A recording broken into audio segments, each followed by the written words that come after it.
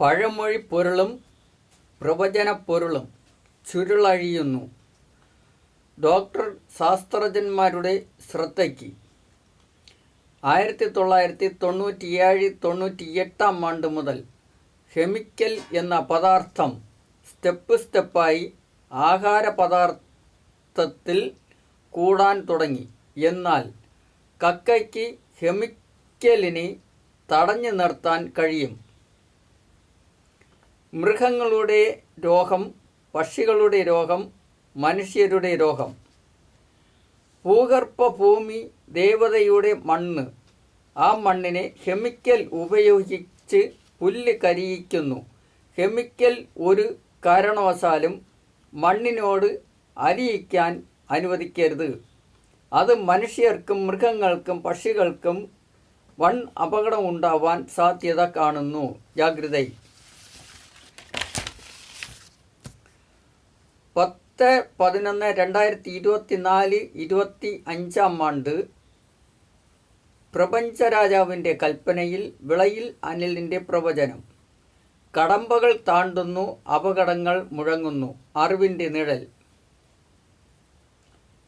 പ്രപഞ്ച ചട്ട ഭൂഗർഭ അമേരിക്കൻ ചട്ടക്കൂടിനുള്ളിൽ 2024 സെപ്റ്റംബർ മാസം മുതൽ 2025, 26, 27 വൻ ഭൂകമ്പം, സൂര്യനിൽ നിന്നും ഉണ്ടാകുന്ന വൻ ചുഴലിക്കാറ്റ്, സുനാമി, അഗ്നി, തീ ചുഴലിക്കാറ്റ്,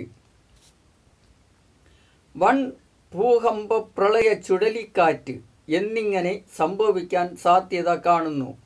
ജാഗ്രത. തെക്ക് വടക്ക് ഭാഗങ്ങളിൽ വൻ ചുഴലിക്കാറ്റ് ഭൂഗർഭ പ്രകൃതിക്ക് വൻ നാശം വിതയ്ക്കാൻ സാധ്യത കാണുന്നു. ജാഗ്രത. 2024 സെപ്റ്റംബർ മാസം മുതൽ 2025 മാർച്ച് മാസം 20-25 വരെ ഇടിവെട്ടോടു കൂടിയ മഴ പെയ്യാൻ സാധ്യത കാണുന്നു. ജാഗ്രത. കക്ക വൈദ്യചികിത്സയ്ക്ക് ഏത് രോഗത്തിന് എല്ലാം ഉപയോഗിക്കാം എന്നുള്ള വർമ്മപ്പൊരുൾ ചുരുൾ അഴിയുന്നു. വിളയിൽ അനിൽ എന്ന ഞാൻ ഈ പൊരുൾ മറച്ചു വയ്ക്കുന്നു. കാരണം മേൽപ്പടി 1 ഭാഗം ഞാൻ പൊരുൾ ഇപ്രകാരം അരുളി ചെയ്തിരുന്നു. എല്ലാ പൊരുളും പുറത്തേക്ക് വിശദീകരിക്കാൻ പാടില്ല. ആയതിനാൽ വേണ്ടപ്പെട്ട അധികാരികൾ ചോദിച്ചാൽ കക്കയുടെ വർമ്മങ്ങൾ പറഞ്ഞു തരാം.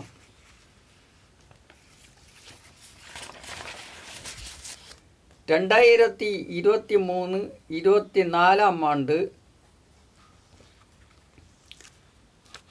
പ്രപഞ്ചരാജാവെന്ന മാസികയിൽ ഞാൻ 3 ഭാഗം വരെ കഥ യൂട്യൂബിലൂടെ പറഞ്ഞിരുന്നു. അതിൻ്റെ ബാക്കി ഭാഗം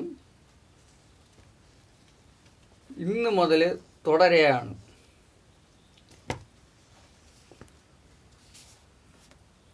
ഇപ്പോൾ എടുത്ത വീഡിയോയ്ക്ക് 4 പോയിൻ്റ് ചില്ലറയേ ഉള്ളൂ. അതുകൊണ്ടാണ് ബാക്കി ഭാഗം എനിക്ക് ഇതിൽ പൂർത്തീകരിക്കണം. അതിനാണ് ഞാൻ ഈ ഇപ്പം പറഞ്ഞ പൊരുളിൻ്റെ നോടൊപ്പം ഇത് എടുക്കുന്നത്, എടുത്ത് പ്രേക്ഷകർക്ക് അറിയിക്കുന്നത്.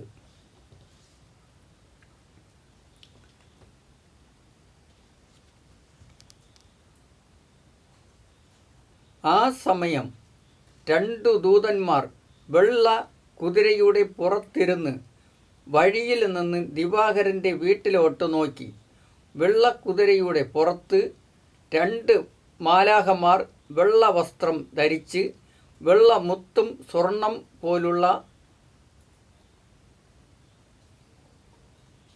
മുത്തുമായ തലയിൽ കിരീടം തിളങ്ങി വെള്ള ചിറകും ധരിച്ച് വന്ന മാലാഖയും വെള്ള വസ്ത്രം ധരിച്ച് കിരീടം ധരിച്ച് തവിട്ട് നിറത്തിലുള്ള താടിയും നല്ല വെളുത്ത് തുടിച്ച ശരീരം.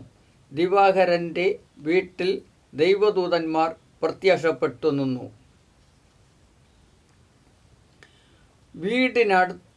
വീടിനകത്ത് സ്വർണ്ണ നിറത്തിലുള്ള വെളിച്ചം പകർന്ന് ആ സമയം ഇടിമിന്നലും കാറ്റും കോരിച്ചൊരിഞ്ഞ മഴയും കാറ്റിൽ വൻ വൃക്ഷങ്ങൾ മറിഞ്ഞു വീഴുന്ന ശബ്ദവും ആ ഗ്രാമത്തിലുള്ളവർ ഭയപ്പെട്ടു പതച്ചു നിന്നു.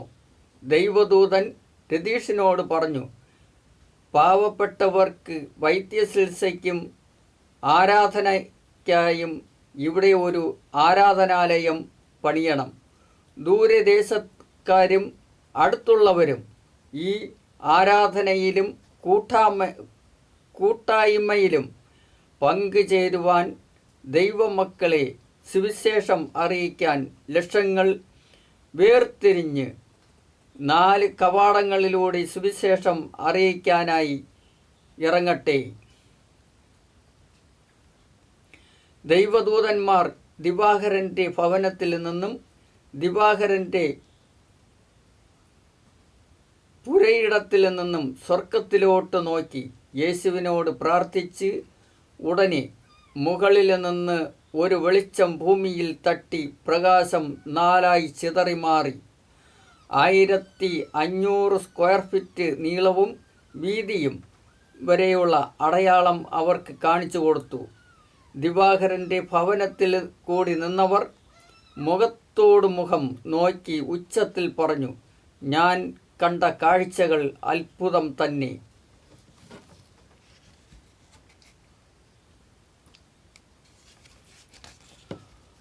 ഉടനെ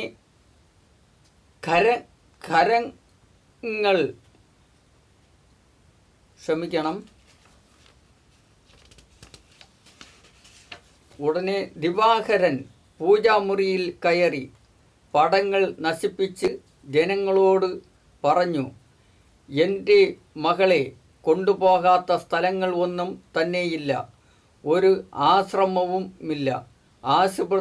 ആശുപത്രികളിലും ഓരോ ആൾക്കാർ പറയുന്ന സ്ഥലത്തും ഞാൻ കൊണ്ടുപോയി. എല്ലാവരും എൻ്റെ മകൾ രക്ഷപ്പെടില്ല എന്ന് ഡോക്ടർമാർ വിധിയെഴുതി. ഇനി ഞാൻ എൻ്റെ കുടുംബവും യേശുവിനായി ജീവിക്കും. ദൂതന്മാർ ആ സ്ഥലത്ത് നിന്ന് അപ്രത്യക്ഷരായി.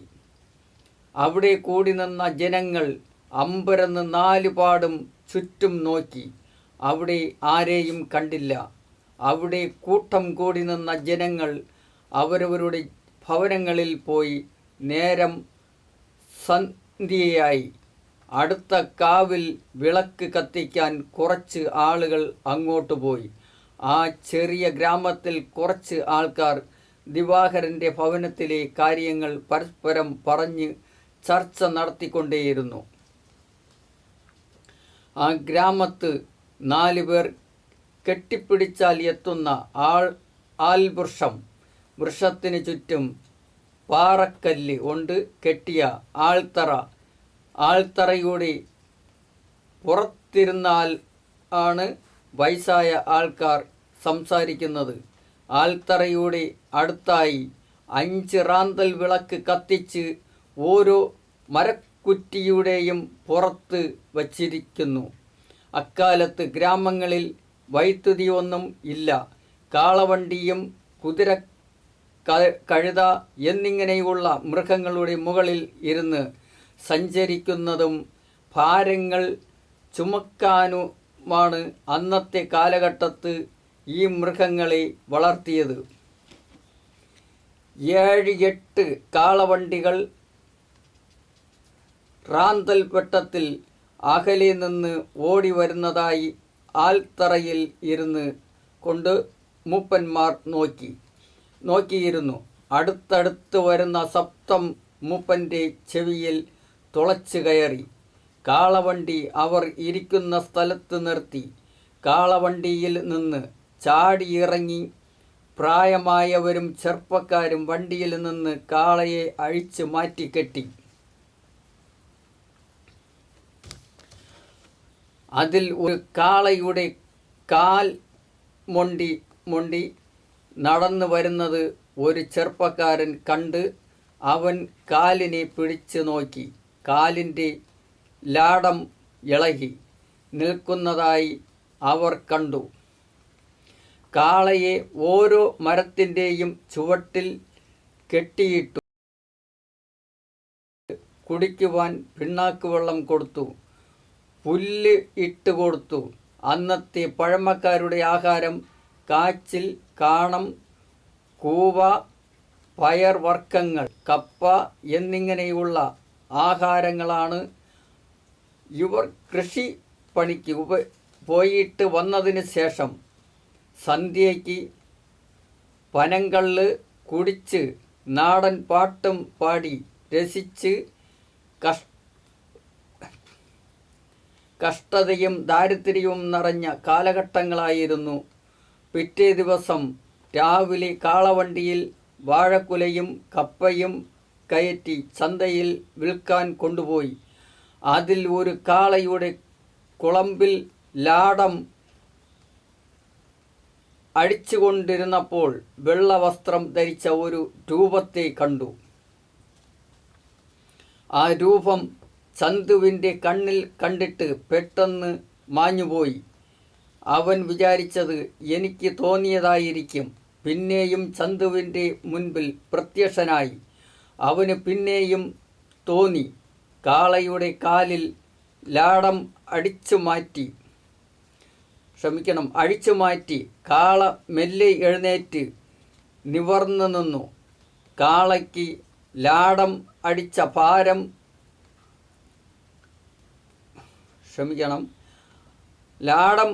ഭാഗം നല്ല വേദനയായിരുന്നു. പ്രാചീന കാലത്ത് ഞങ്ങൾ നടക്കുന്ന നിഴലിനെ നോക്കിയാണ് സമയം കണക്കാക്കുന്നത്. ചന്തു നിന്ന് സമയം നോക്കി. സമയം 10 മണി. രാവിലെ 10 മണിക്ക് ചന്തയിൽ പോയവർ തിരിച്ച് കാളയും വണ്ടിയുമായി തിരിച്ചെത്തി. ചന്തുവിന് തോന്നിയ കാര്യം അവരോട് പറഞ്ഞു. അവരിൽ 1-2 പേർ അവനോട് പറഞ്ഞു, എടാ, നിനക്ക് പലതും തോന്നും. നീ 2 ദിവസത്തിന് മുമ്പ് ദൈവത്തിൻ്റെ ഫോട്ടോയെടുത്ത് കയ്യിൽ വച്ച് നോക്കിയതിൻ്റെ ഓർമ്മ ആയിരിക്കും. 2 ദിവസം കഴിഞ്ഞുപോയി. ദിവാകരൻ്റെ ഭവനത്തിൽ മകളെ രോഗത്തിൽ നിന്ന് തിരിച്ച്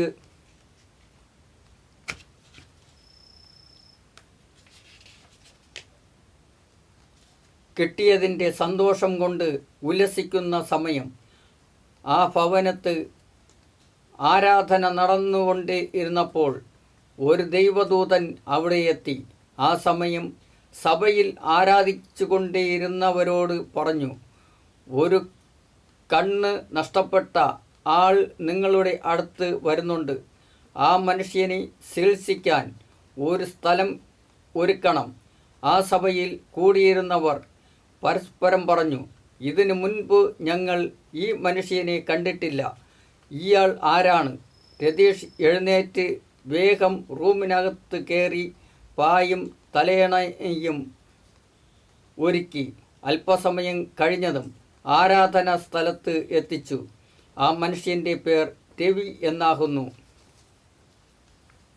ആ നിമിഷം ദൈവദൂതൻ അപ്രത്യക്ഷനായി പോയി. എല്ലാവരും ആ ആളിനെ അന്വേഷിച്ചു. അവിടെ കണ്ടില്ല. അല്പസമയം കഴിഞ്ഞതും ആരാധന തീർന്നു. രതീഷ് ഐശ്വര്യയും രോഗിയുടെ അടുത്ത് ചെന്ന് പ്രാർത്ഥിച്ചു. അല്പസമയം കഴിഞ്ഞതും വേദന കുറഞ്ഞു. രതീഷ് അല്പസമയം കഴിഞ്ഞതും കണ്ണടച്ച് യേശുവിനോട് പ്രാർത്ഥിച്ചു, ദൈവമേ, ഞാൻ എന്ത് ചെയ്യേണ്ടത്? യേശു രതീഷിനെ അപ്രത്യക്ഷപ്പെട്ട് പറഞ്ഞു, നീ ഭവനത്തിൽ നിന്ന് പുറത്ത് ഇറങ്ങണം. നിന്റെ കണ്ണിൽ ഒരു ഒലിവ് ഇല കാണും. ആ ഇല എടുത്ത് കശക്കി അതിൽ നിന്നുള്ള നീര് എടുത്ത് കണ്ണിൽ 2 തുള്ളി മരുന്ന് ഒഴിക്കണം. ആ തണുപ്പിൽ ആ മനുഷ്യൻ ഉറങ്ങി അല്പം സമയം കഴിയുമ്പോൾ വേദന കുറയും. ഇത്രയും പറഞ്ഞ് യേശു അവിടെ നിന്നും അപ്രത്യക്ഷനായി. അവൻ യേശു പറഞ്ഞതുപോലെ ഇലയെടുത്ത് മരുന്ന് തയ്യാറാക്കി നീര് കണ്ണിൽ ഒഴിച്ചു. രതീഷ് ഉറക്കം മുഷിഞ്ഞു ആ രോഗിയെ ശുശ്രൂഷിച്ചു. ആ സമയം ദിവാകരൻ്റെ പുരയിടത്തിൽ ഒരു ഹാൾ നിർമ്മിക്കാൻ ശ്രമം തുടങ്ങി. പണിക്കാർ പനയോല മിടയാൻ തുടങ്ങി. കുറച്ചുപേർ പുൽപ്പായി മിടയാൻ തുടങ്ങി. ആരാധനാലയത്തിന് ആവശ്യമായ സാധനങ്ങൾ പലരുടെയും കൈകളിൽ കൂടി പല സാധനങ്ങൾ ആരാധനാലയത്തിൽ എത്തുവാൻ തുടങ്ങി. ദിവസങ്ങൾ കഴിഞ്ഞു. ഓല കൊണ്ട് മറച്ച ഒരു ആരാധനാലയം പൂർത്തിയായി. 3 വർഷത്തിന് ശേഷം രതീഷിൻ്റെ അപ്പച്ചനും അമ്മയും ദിവാകരൻ്റെ ഭവനത്തിൽ എത്തി. ആൻസി ഐശ്വര്യയെ കണ്ട് കെട്ടിപ്പിടിച്ച് ചുംബനം കൊടുത്തു. അവർ രണ്ടുപേരും സന്തോഷ കണ്ണുനീർ വീഴ്ത്തി. ജോസഫ് ദിവാകരനോട് ചോദിച്ചു, എൻ്റെ മകനെ എവിടെ? ദിവാകരൻ പറഞ്ഞു, അതാ നിൽക്കുന്നു. എടാ ജോസഫേ, എൻ്റെ മകളെ കിടക്കയിൽ നിന്ന് എൻ്റെ അടുക്കൽ എത്തിച്ചത് നിൻ്റെ മകനാണ്. നിനക്ക് എന്ത് വേണം? നീ സത്യക്രിസ്ത്യാനി അല്ലേ? വലിയവനാണ്. ജോസഫ് പറഞ്ഞു, ഞാൻ വലിയവനല്ല, യേശുവാണ് വലിയവൻ. ലോകരക്ഷകൻ, പ്രപഞ്ചരാജാവാണ്. കാരുണ്യവനായ ദൈവം യേശു അല്ലാതെ മറ്റൊരു ദൈവവും ഈ പ്രപഞ്ചത്തിൽ ഇല്ല. കാരണം എനിക്ക് പോലും അറിയില്ല ഇവൻ ആരായി മാറും എന്ന്. അവൻ ഇടയ്ക്കിടയ്ക്ക് സ്വപ്നം കാണും എന്ന് എന്നോട് ആൻസിയോടും പറഞ്ഞിരുന്നു. ദിവാകരനും രതീഷിൻ്റെ ഭവനത്തിൽ നിന്നും ഇറങ്ങി ദിവാകരൻ്റെ വീട്ടിലേക്ക് വരുന്ന സമയത്ത് രാത്രിയിൽ കണ്ട അത്ഭുത കാഴ്ചകൾ മുഴുവനും ദിവാകരൻ ജോസഫിനോട് വിവരിച്ചു കൊടുത്തു. അല്പസമയം കഴിഞ്ഞതും ചന്തുവിൻ്റെ വീട്ടിൽ നിന്നും ഒരു നിലവിളി കേട്ടു. ആ പരിസരത്ത് നിന്ന് ഒരാൾ ഉച്ചത്തിൽ കൂവി വിളിച്ചു. ദൂരെ നിന്ന ആൾക്കാർ തിരിച്ച് കൂവുന്ന ആളിൻ്റെ ശബ്ദം തിരിച്ചറിഞ്ഞാണ് ആളിൻ്റെ അടുക്കൽ എത്തുന്നത്. ഹാളിൽ പണി ചെയ്തുകൊണ്ടേയിരുന്ന ആളിനെയാണ് രഘു എന്നയാൾ കൂകി വിളിച്ചത്. മണികണ്ഠൻ ചോദിച്ചു,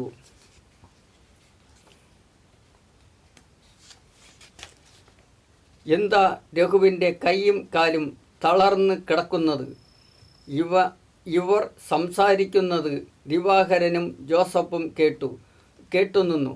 ആ സമയം യേശു രതീഷിൻ്റെ അടുത്ത് എത്തി. ഈ കഥ ഇവിടെ 4-ാം ഭാഗം അടുത്ത ഉടനെ ഉണ്ടാവുന്നതാണ്. പ്രപഞ്ച സൃഷ്ടികർത്താവിൻ്റെ നാമത്തിൽ എല്ലാ പ്രേക്ഷകർക്കും വിളയിൽ അനിലിൻ്റെ 1000 നന്ദി, നമസ്കാരം.